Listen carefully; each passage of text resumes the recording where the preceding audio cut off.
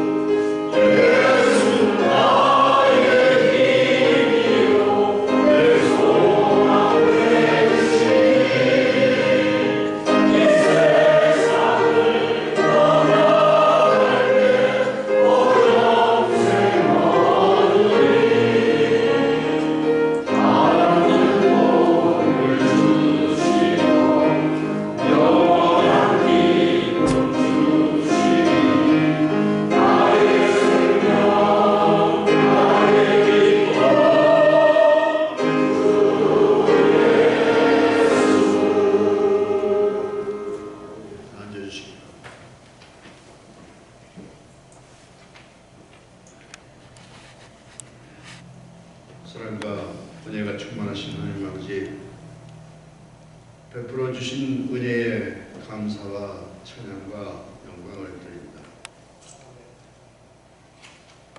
주님 말씀대로 살지 못하고 많은 죄와 허물을 갖고 남은 저희들이오니 주님 용서하여 주시옵시고, 우리들의 온 마음과 정성을 다해 드리는 이 예배를 기뻐 받으시고 큰 은혜 내려 주시옵소서.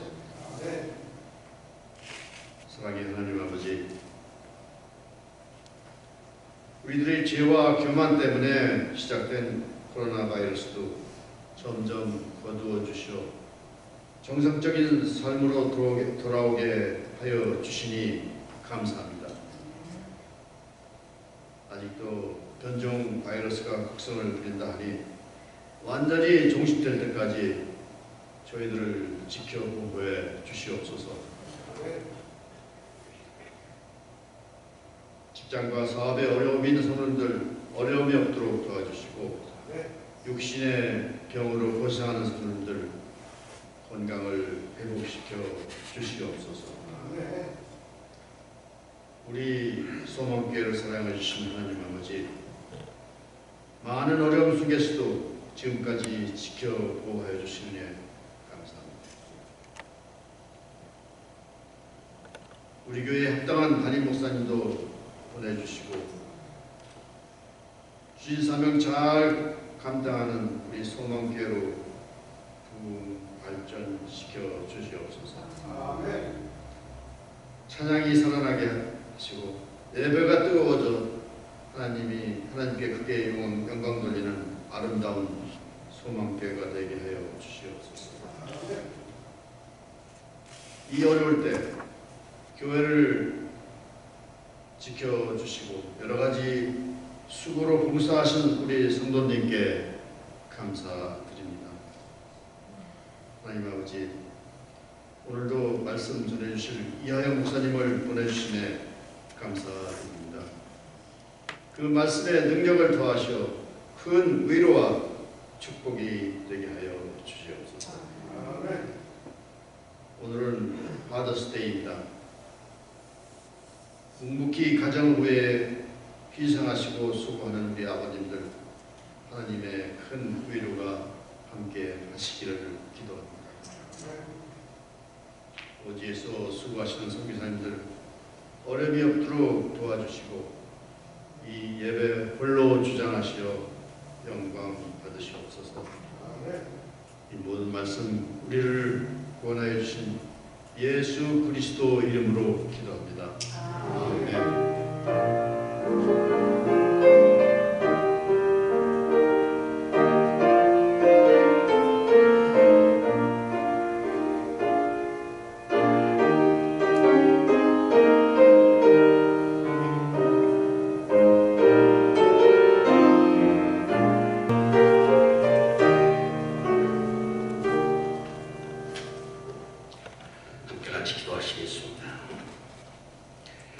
우리의 삶을 주관하시고 인도하시는 아버지 하나님, 무더위 가운데에서도 저희들의 건강을 지켜주시고 팬데믹의 어려운 상황 속에서도 저희들의 육체를 강건케 보존케 하여 주셔서 오늘 이 거룩하고 복된 주일날 주님 전에 이처럼 나와 예배드리며 주님 앞에 제단 쌓을 수 있도록 은혜 주시오니 감사합니다.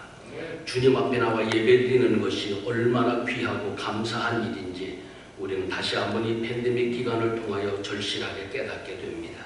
아버지 하나님, 오늘도 주님 전에 나와 예배드리면서 빈손 들지 아니하고 내게 주신 은혜를 헤아리며 하나님 앞에 귀한 예물로 주님께 드리십니다.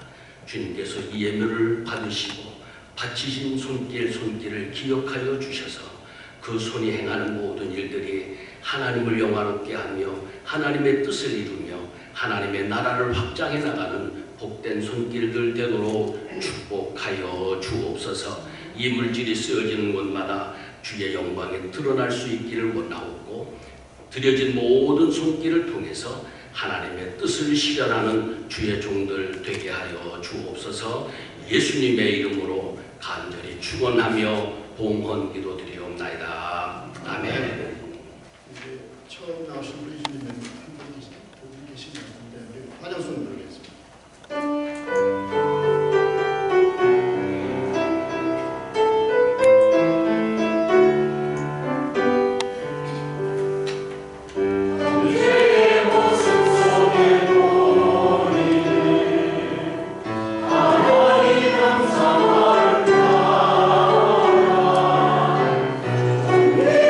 주의 자녀의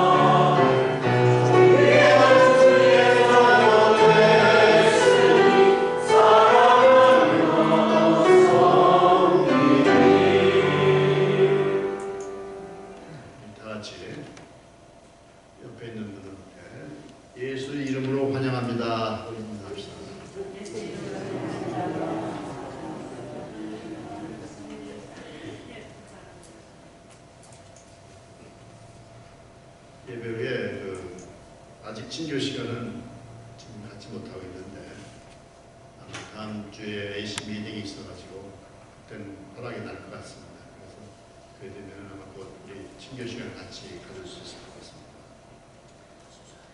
예, 가실 때 우리 또 오재현 장로님 댁에서 떡을 준비해 주셨어요. 우리 감사히 먹겠습니다. 오늘 우리 이하영 목사님 이렇게 또 귀한 말씀 준비하셔서 저희들한테 말씀 전해주셔서 감사합니다. 계속 목사님 청교회에서 기도해 주시고 교회 부모에서 기도해 주시고 병 중에 계신 분에서 기도해 주시고 코로나 거의 종식된 것 같은데 그래도 마지막을 한번 잘 마무리합시다. 여기 중도에 빠졌는데요. 다음 주 6월 예배 후 6월 27일 날 우리 공동회의가 있습니다. 그동안 재정보고하고 이제까지 우리가 AC하고 이렇게 장로님들만 이렇게 미팅했는데 그 AC하고 돌아가는 상황 그것도 교인들 다 알려주고 앞으로 교회가 어떻게 될 건가 하는 것도 알려드리고 다음 주 공동회의 참석해 주시기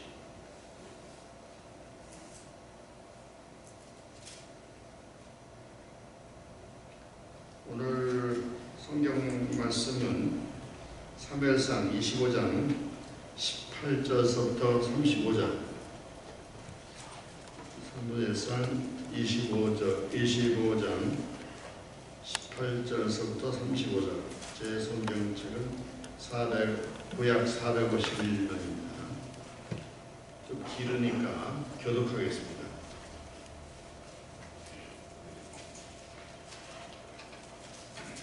아비가엘이 급히 떡 200덩이와 포도주 2가죽대와 잡아서 요리한 양 5마리와 붉은 곡식 5세아와 건포도 100송이와 무화과 뭉치 200개를 가져다가 나귀들에게 싣고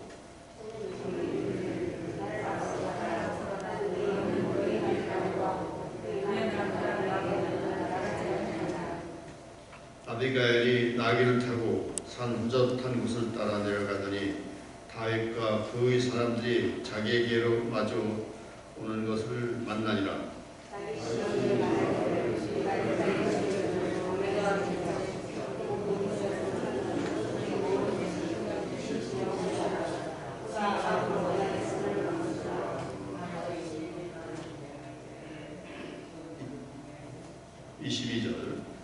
내가 그에게 속한 모든 남자 가운데 한 사람이라도 아침까지 남겨두면 하나님은 다윗에게 벌을 내리시고 또 내리시기를 원하노라 했더라.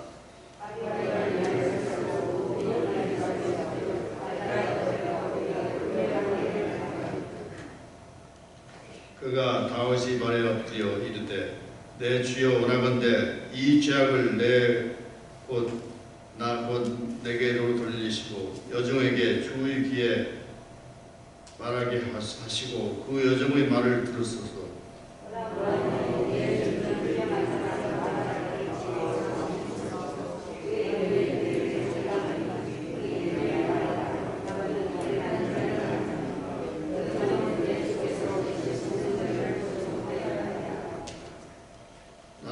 내 주여 여호와께서 살아계심을 두고 맹세하노니 내 주도 살아계시거니와 내 주의 손으로 피를 흘려 친히 보복하시는 일을 여호와께서 막으셨으니 내 주의 연수들과 내 주를 해하려 하는 자들은 나발과 같이 되기를 원하나이다.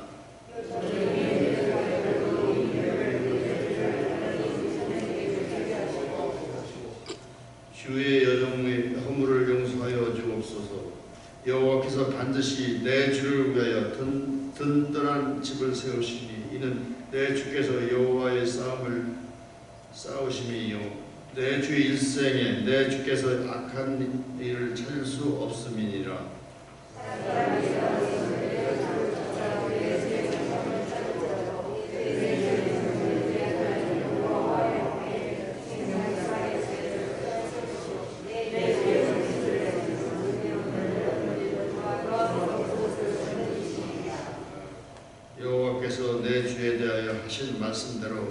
모든 선을 내 주께서 행하사 내 주를 이스라엘 지부대로 세우실 때에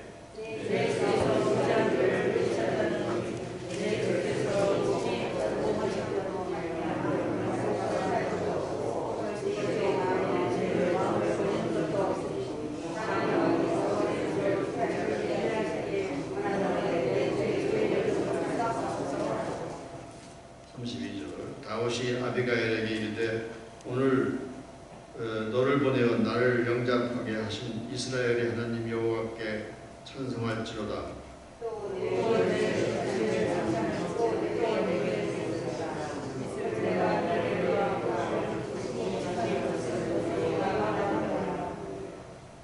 나를 막아 너를 행하지 않게 하신 이스라엘의 하나님 여호와의 살아계심을 두고 맹세하노니 내가 급히 와서 나를 영접하고 하지 아니하였다면 밝는 날 아침에는 과연 나발에게 한 남자도 남겨두지 아니하였으리라 하니라.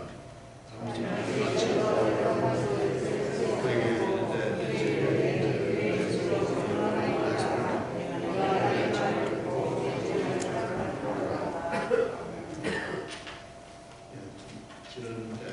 귀하신 말씀입니다.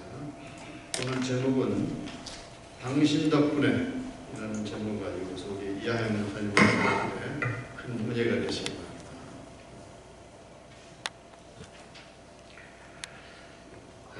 오늘이 아버지 날인데요. 저에게 있어서는 파더스데이가 파더스데이는 귀에 익어서 별로 그렇게 이질감이 없는데 파더스데이는 한국에서도 없던 날이고 미국에 와서만 얼마 전부터 이렇게 살다 보니까 저에게는 조금 낯설은 날이기도 합니다. 그러나 저도 아버지 된 자로서 자녀들에게 오늘 아침에도 보니까 문자가 오면서 파더시대 축하한다고 사랑한다고 하는 인사를 하고 그랬는데 어쨌든 오늘 아버지 날을 맞이해서 오늘 예배에 참석하신 우리 아버님 되신 모든 분들에게 하나님의 은총과 축복이 늘 함께 하시기를 축원하면서 특별히 아버지 되신 모든 분들이 더욱 건강하시고 복된 나날이 되시기를 기원하는 마음으로 우리 모두 박수로 함께 같이 축하해 주십시오. 우리가 세상을 살아가면서 어떤 사람들을 만나느냐 매우 중요합니다. 내가 어떤 사람을 만나며 살아가느냐에 따라 그의 인생이 달라지기 때문에 그래요. 그래서 저는 우리 자녀들을 위하여 기도할 때마다 늘 하는 기도가 뭐냐 하면 사랑하는 주님, 우리 자녀들이 사회생활을 하든지 어딜 가든지 누구를 만나든지 그 주변에 좋은 사람들이 모일 수 있게 해주시고 언제나 의로운 사람들을 만나게 해달라고 기도를 합니다. 뭐 우리 자녀들이 훌륭한 사람 되게 해달라는 말보다는 그 주변에 누가 어떤 사람들을 만나느냐에 따라 그의 인생이 달라지기 때문에 그래서 그 주변에 좋은 사람들을 만나게 해달라고 기도합니다. 좋은 교회는 어떤 교회일까요? 그렇다면 여러분들이 좋은 신앙생활을 하려고 하면 어떤 사람들을 만나야 좋은 사람이 될까요? 좋은 교회는 좋은 사람들을 만날 수 있는 곳이 좋은 교회입니다. 오늘 아침 우리가 봉독한 사무엘상 25장의 말씀도 보면 다윗과 나발과 나발의 아내인 아비가일이라는 세 사람의 이름이 등장하게 되는데 이들 세 사람들의 서로 만난 사람들에 따라서 그들의 인생이 전혀 달라지게 된 것을 보게 됩니다. 오늘 본문 25장 2절에 보면 나발이라는 사람에 대하여 설명을 하는데 마온에 한 사람이 있는데 그의 생업이 갈멜에 있고 심히 부하여 양이 3,000마리요 염소가 7,000마리라고 소개하면서 3절 말씀에서는 완고하고 행실이 악하며 그는 갈렙 족속이었더라 하고 말씀하고 있습니다. 나발이라는 말 그 자체가 본문 25절에서 나발의 아내인 아비가일이 다윗에게 말한 그대로 미련한 자라고 하는 말의 의미인데, 그런데 이 미련한 자라는 뜻을 가진 나발이 바로 갈렙 족속이었다 하는 것을 밝히고 있습니다. 여러분, 갈렙 족속이 누굽니까? 갈렙이 누구예요? 우리가 잘 아는 대로 출애굽한 이후에 이스라엘 백성들이 가데스 바네아에 머물러 있을 때에 모세가 그곳에서 가나안 땅을 정탐하기 위하여 각 지파에서 대표자 한 사람씩을 뽑아 12명을 40일 동안 정탐하도록 파송하게 되어지는데, 그때에 본문 민수기 13장 6절에 보면 유다 지파에서는 여분네의 아들 갈렙이요 하고 말씀합니다. 그래서 우리는 잘못 생각하기를 여분네의 아들 갈렙은 유다 지파를 대표하여 뽑혀진 사람이기 때문에 그가 유다 지파 사람인 줄로 오해하기가 매우 쉽습니다. 그러나 갈렙은 유다 지파 사람이 아니오시다. 여호수아 14장 6절에 보게 되면 유다 자손이 길갈에 있는 여호수아에게 나아오고 그니스 사람 여분네의 아들 갈렙이 여호수아에게 말하되 이야기하면서 여분네가 바로 그니스 사람이라는 것을 수식하고 있습니다. 사사기 1장 13절에도 보면 갈렙의 아우 그나스의 아들인 온니엘이 그것을 점령하였으므로 갈렙이 그의 딸 악사를 그에게 아내로 주었더라 하고 말씀하면서 갈렙의 아우인 온니엘도 그나스 사람인 것을 밝히고 있습니다. 그러면 그니스, 그나스 이 사람들은 도대체 어떤 사람들일까요? 창세기 36장 10절부터 11절에 보면 이삭의 아들 가운데 쌍둥이 아들이 있었죠. 그 쌍둥이 아들 중에 형은 에서고 동생이 야곱인데 그 형 에서에 대하여 소개를 하면서 에서의 아내 아다의 아들은 엘리바스요, 에서의 아내 바스바스의 아들은 루엘이며 엘리바스의 아들들은 대만과 오말과 스보와 가담과 그나스요 하고 말씀합니다. 그러니까 그니스라고 하는 이 사람은, 그니스 사람이라고 하는 말은 에서의 아들인 엘리바스가 낳은 아들, 그러면 뭐가 돼요? 에서와는 손자가 되는 거예요. 에서의 손자인 그나스의 후손이라고 하는 뜻입니다. 그러면 우리가 잘 아는 대로 에서는 어떤 사람입니까? 야곱에게 장자의 축복권을 빼앗긴 이후에 팔레스타인 주변에 거주하면서 그가 에돔 족속의 조상이 되었거든요. 그렇기 때문에 그리스 사람이라고 하는 말은 에서의 후손으로서 야곱의 후손이 아니라 에서의 후손으로서 그는 곧 에돔 족속 사람이었다라 하는 것을 밝히고 있는 거예요. 우리가 주의해야 할 것이 하나 있는데 역대상 2장 18절에 보면 똑같은 사람의 이름이 나와요. 헤스론의 아들 갈렙이라는 말이 나오고 헤스론의 아들 갈렙의 딸이 이름도 악사라는 이름도 나오는데 이는 전혀 별개의 인물이라는 것을 우리가 잊지 말아야 합니다. 여분네의 아들인 갈렙이 유다 지파의 대표자로서 정탐꾼이 되어 가나안 땅을 정탐하고 돌아왔고, 그리고 장정만 60만이 넘는 이스라엘의 출애굽 1세들 가운데에서 오직 여호수아와 갈렙 이 두 사람만 가나안 땅에 들어갈 수 있는 영광을 얻었던 믿음의 사람이었습니다마는, 그러나 그는 유다 지파의 사람이 아니라 그리스 사람이기 때문에, 다시 얘기하면 유다 지파에 속한 사람이 아니라 에돔 족속의 사람이기 때문에 갈렙의 후손들은 유다 지파의 사람으로 남겨지질 아니하고 갈렙 족속으로 따로 분류되었다는 사실이에요.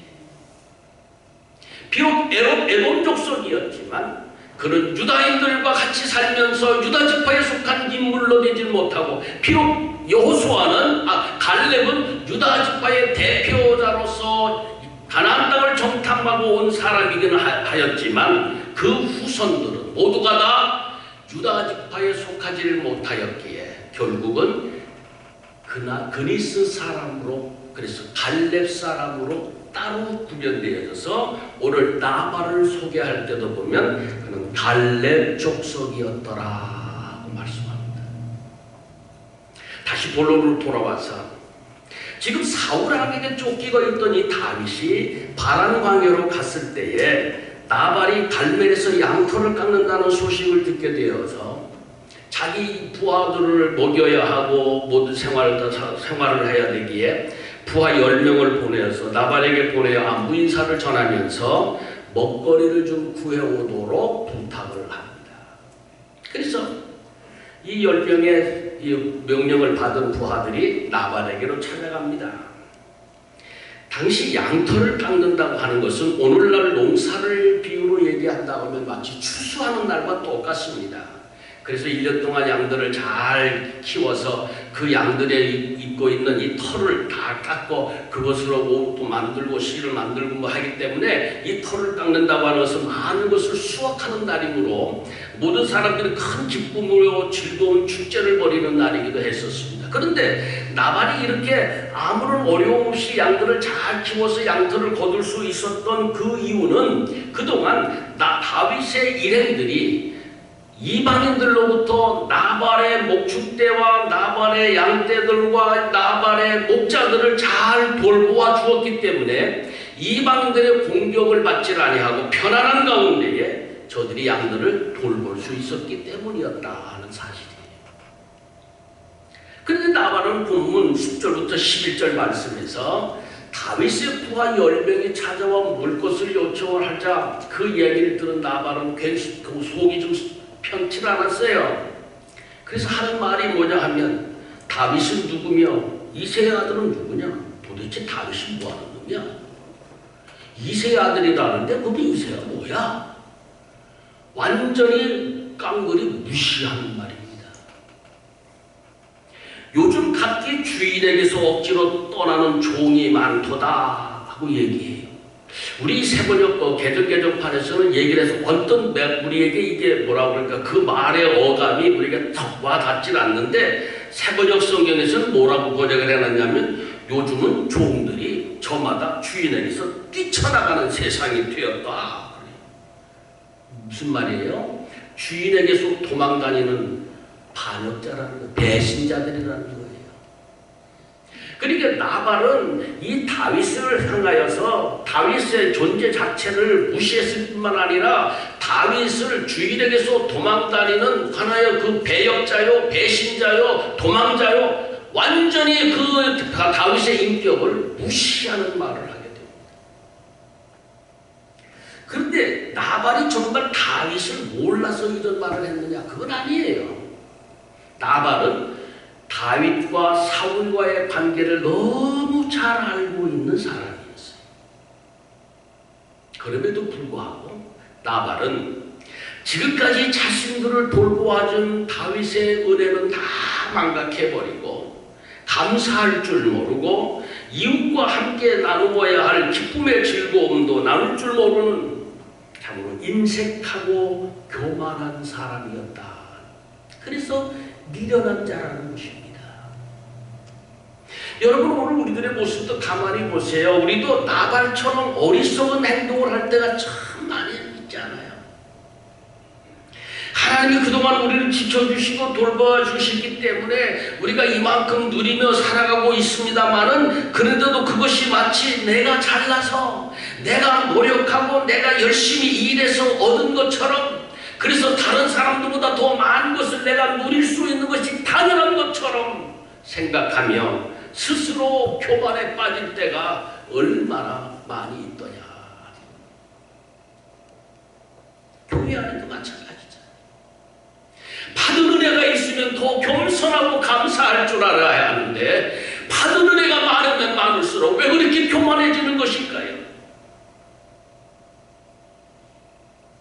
임명구조원으로 성실하게 일했던 사람이 정년퇴직을 하게 되면서 어느 기자가 그에게 찾아가 묻습니다.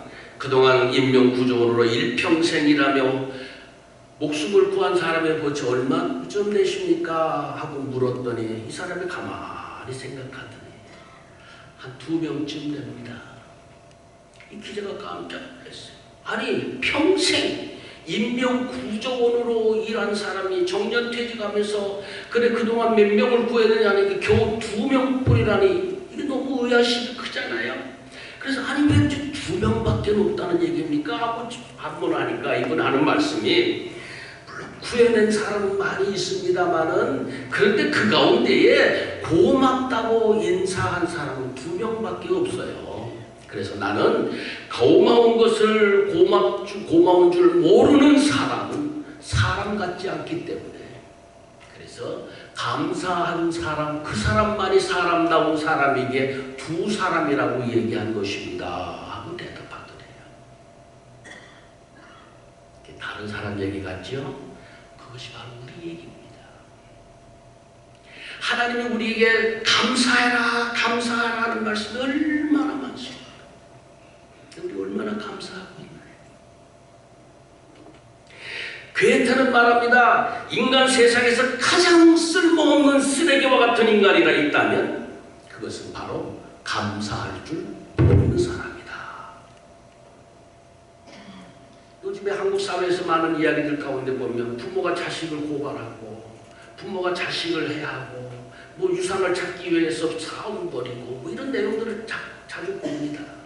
그거 보면서 우리가 뭐라고 평가합니까? 가난한 집에는 자식은 있어도 부유한 집에는 상속자만 있다. 그런 얘기 있어요. 그런 비열함이 우리의 생활 속에 얼마나 쩌들어져 있더냐 하는 거예요. 지금 다윗이 이방인들로부터 나발의 목자들과 양을 지켜주었습니다마는 그럼에도 불구하고 나발에게 엄청난 조롱을 당하고 무시함을 당하게 되자 다윗이 머리 뚜껑이 열려버렸습니다. 화가 극도로 치솟았습니다. 그래서 분노한 마음을 감추지 못하고 400명의 부하들에게 칼을 차라 하고 명령을 한 후에 저놈들을 가서 내가 나발의 가족 중에 남자라도 1명이 남아있으면 내가 내일 아침 새벽까지 한 놈도 남기지 아니하고 나 다 죽일 것이다. 이 얼마나 끔찍하고 무서운 말이겠습니까?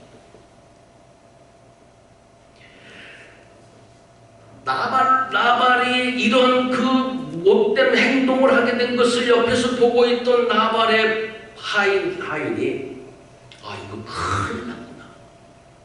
이거 큰일 났구나. 그래서 나발의 하인이 급히 나발의 아내인 아비게일에게 달려갑니다. 그러면서 우리 주인님 나발이 지금 다윗의 일행이 이렇게 왔는데 그들을 얼마나 모욕을 주었는지 모릅니다.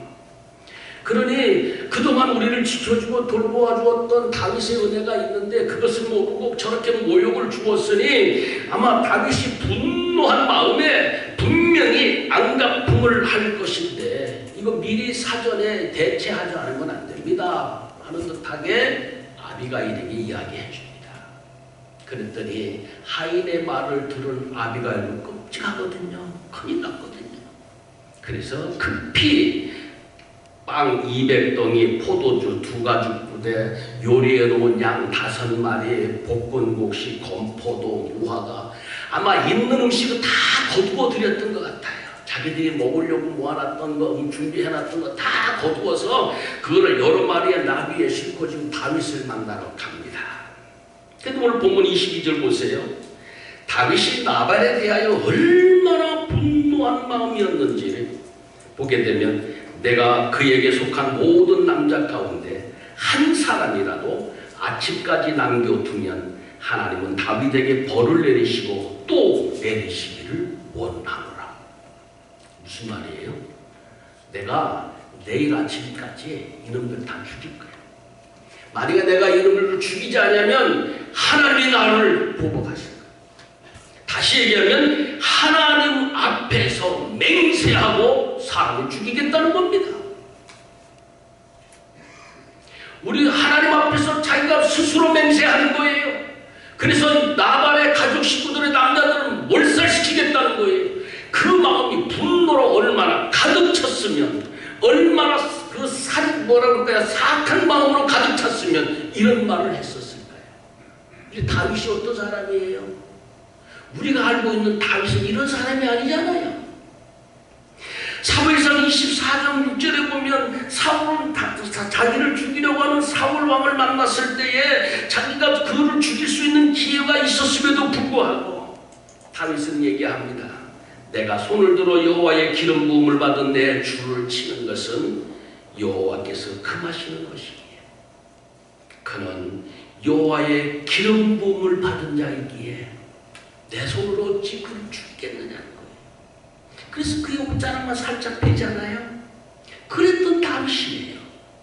그런데 만일 그때 사울만 죽이면 더 이상 사울에게 쫓겨다니는 도망자의 시체를 면할 수도 있고 춥고 배고픈 광야에서 떠돌아다니지 않아도 되고 그리고 스스로 이스라엘의 왕이 될 수도 있었겠건만 그런 절박한 위기 속에서도 하나님이 인도해 주실 것을 믿고 그리고 자신의 성급한 마음으로 인위적인 복수를 하지 않았던 그런 다윗이었었는데 그런데 지금 나발을 만난 이 다윗은 어떻게 됐어요?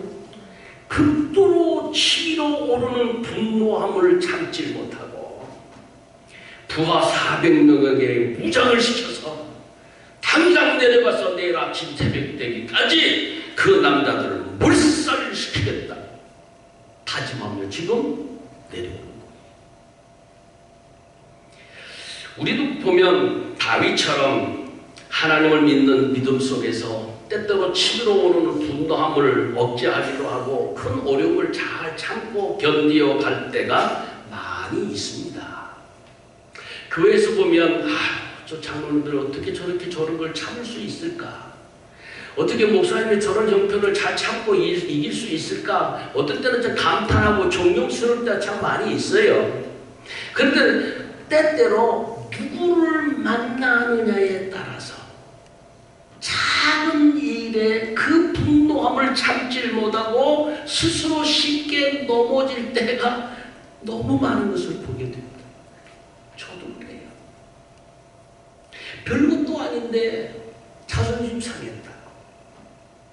아무것도 아닌데 내가 무시당했다고 그 상처받은 마음에 의해 분노함을 표출할 때가 참 많이 있는 것을 보게 됩니다. 그런데 여기서 우리가 잊지 말아야 할 게 하나 있어요. 분노는 따라합시다. 분노는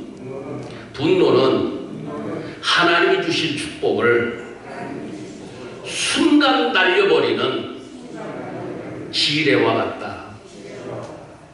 분노라고 하는 것은 하나님이 내게 주신 축복을 한순간에 날려버려버리는 지뢰가 터진 것과 같다는 사실이에요.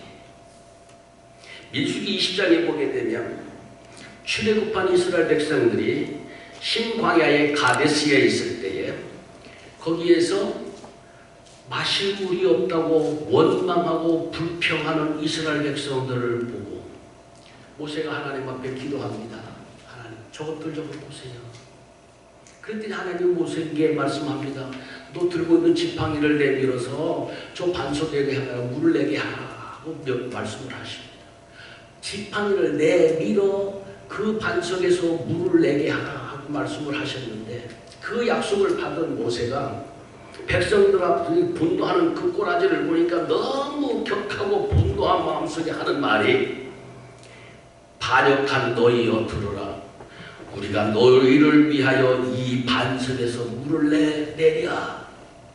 우리가 너같이 반역적인 놈들을 위해서 물을 내줘야 되겠느냐? 그러면서 홧김에 그 지팡이를 들어서 반석을 2번 내리칩니다. 그랬더니 그 반석에서 샘물이 솟아나와 갈증에 빠져있던 이스라엘 백성들은 그 물로 목을 죽이게 되옵니다마는 그러나 분노함을 나타냈던 모세에게 하나님은 이렇게 말씀하십니다. 너희는 나를 믿지 아니하고 이스라엘 자손의 목전에서 내 거룩함을 나타내지 아니하므로 너희는 이 회중을 내가 그들에게 준 땅으로 인도하여 드리지 못하리라. 모세의 이 분노함을 나타내므로 인하여서 모세는 물론 하나님의 약속의 말씀을 믿고 약속의 땅 가나안을 향하여 출애굽을 했던 장정 60만이 넘는 출애굽 1세들은 여호수아와 갈렙 두 사람을 제외하고는 모두가 다 가나안 땅에 들어가지 못했다. 누구 때문에? 누구 때문에? 모세의 분노함 때문에. 그러기에 오늘 우리가 주신 은혜를, 하나님이 주신 은혜를 누리며 살아가기 위해서는 특별히 우리가 잊지 말아야 할 것은 분노의 지뢰를 받지 않도록 조심해야 한다는 사실이에요. 왜 사람이 감정인데 감정이 없겠습니까? 왜 보면 사람들 하는 꼬라지 보면 왜 그것이 그 마음에 분노함이 나타나지 않겠습니까? 이거를 이길 수 있어야 한다는 사실이에요. 하나님 나를 붙잡아 주세요. 나를 지켜주세요. 그거를 지뢰가 있어도 그 지뢰를 밟지 않도록 조심해야 한다는 사실이에요.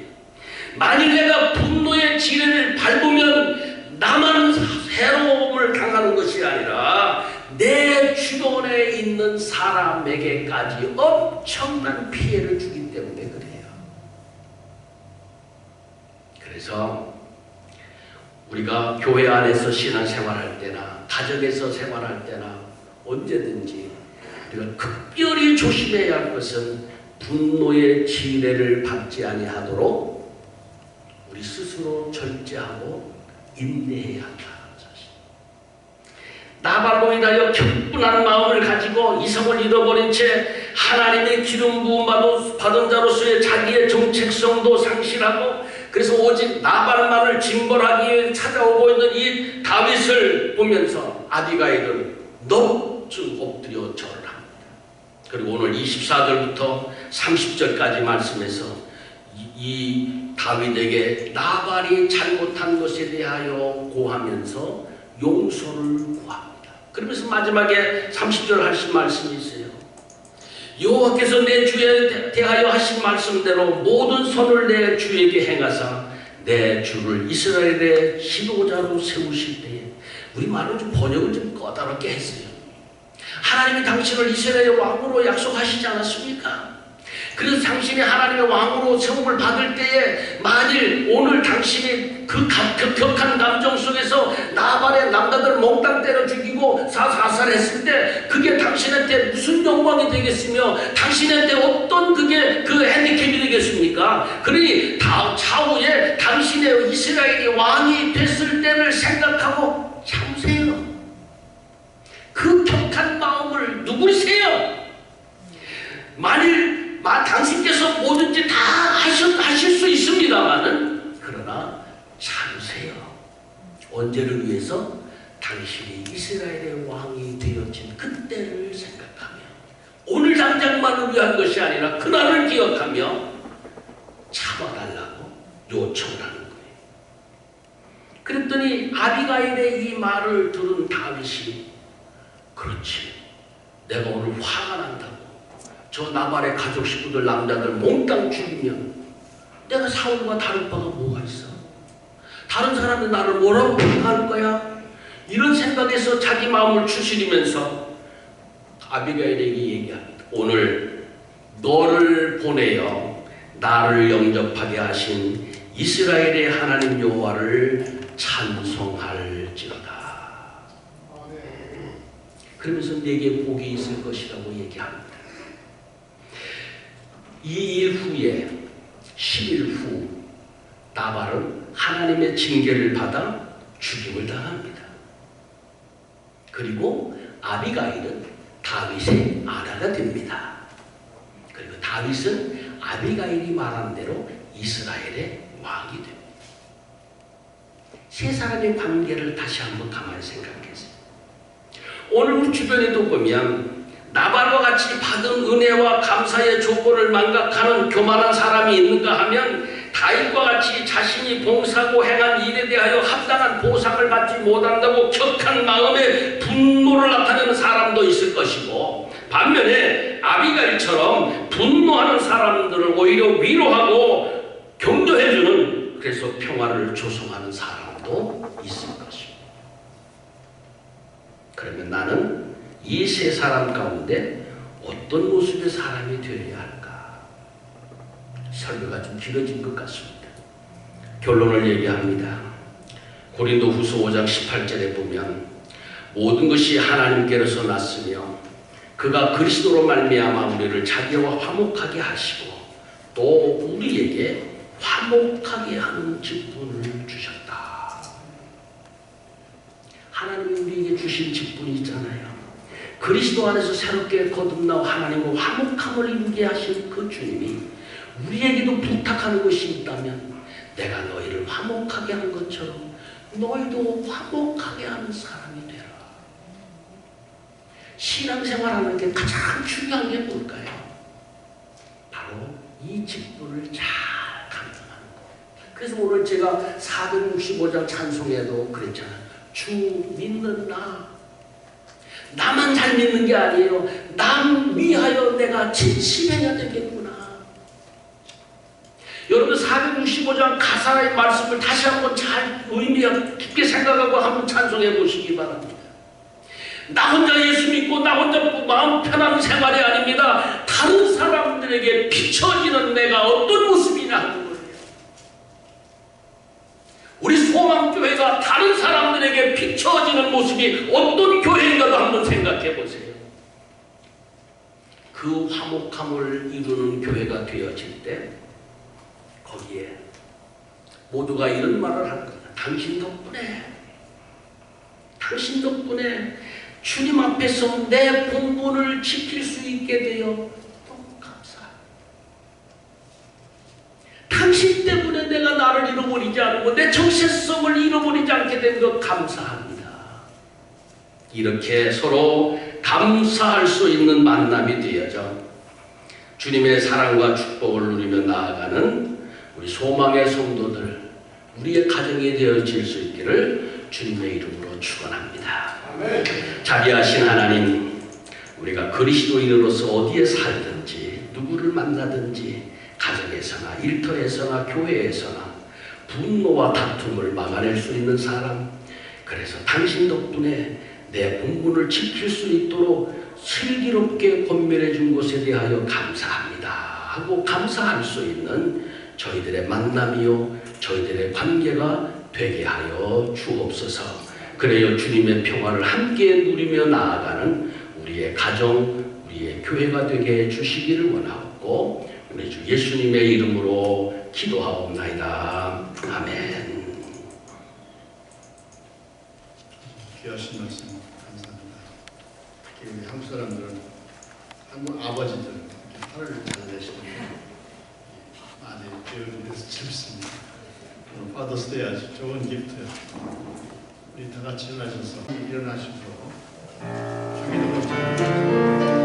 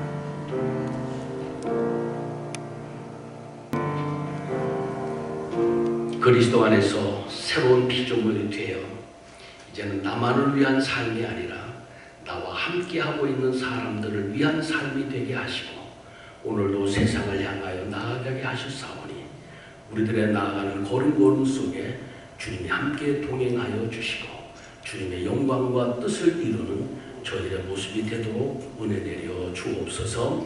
이제는 우리의 구원자이신 우리 주 예수 그리스도의 은혜와 아버지 하나님의 사랑과 성령님의 교통하심과 역사하심이 오늘 주님 전에 나와 머리 숙여 예배드리면서 하나님이 내게 주신 그 화목하게 하는 직분을 잘 감당하며 하나님께 우리의 맡은 바 일들을 이루어가기를 감당해 나가는 우리 모든 성도들 가정과 생활과 일터와 주의 몸된 이 소망의 제단 위에 이제로부터 주님 다시 오실 그날까지 늘 함께 계시옵기를 축원하옵나이다. 아멘.